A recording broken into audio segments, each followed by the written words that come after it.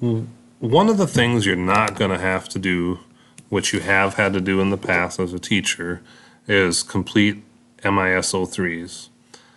I do apologize if that's something you've been looking forward to, but what's going to happen now is all of that information is going to flow from PowerSchool to STARS. There are a couple things that are important to consider when we're thinking about that. The big thing being that our data has to be correct. So, two pieces of data. Number one are all of the courses that you teach. There is potential that during the course of the year, I'm going to have to change course names or course codes. Be aware of that. It may cause a few little hiccups within your grading, your grade book. I don't think it'll be an issue, but there's potential.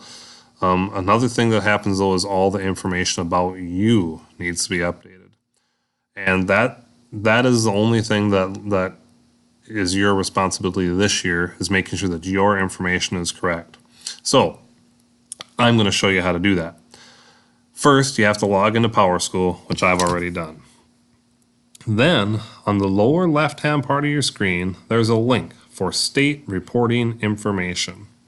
Go ahead and click that link. Now, when you look through, one of the things that is critical this year and hasn't been in the past is that your name and your teacher license number are correct. Those were entered in by me. It hasn't always been critical that these were absolutely right, so there's potential that I messed up somewhere. So make sure that that's correct. Also, if you have a maiden name, make sure that that's in there. Also, in terms of the school year period, your salary, make sure your salary is correct. Your day's contract period should have just rolled over from last year, so that should be fine. Your year's educational experience, however, will likely be wrong. You probably need to increment that. You need to add a year to that because that probably is coming from last year's information. Same true if you have any administration experience. That needs to be accurate. Then as you're going through, the rest of this stuff probably flowed through. So if nothing changed with what you do, this should all be the same. It doesn't hurt to look to make sure it's right, but it should be what it was last year. One little piece of data, which I've ignored, is this highest degree graduate semester hours.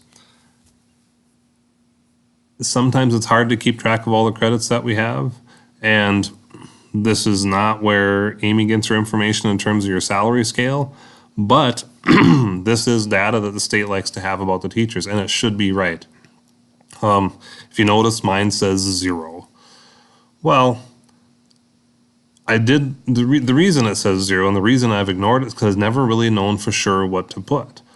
I did go look in the MIS03 manual to determine what we're supposed to enter, and what the manual says is any credit hours after your bachelor's degree need to be in that box. So my interpretation of that is any graduate hours behind your bachelor's degree. So anything towards a master's degree, any master's degree you have, any extra credentialing you have, those things all add up. So for me, and I'm going to leave that as 0 right now, but I am going to go in and count up the credits that I have. I mean, in reality, I've got, 2 master's degree, computer science certification, driver's ed certification. There's over 100 credits in there that are going to have to be listed. So that is something that you should pay attention to. Just make sure that what's in there is accurate, because that's our goal now.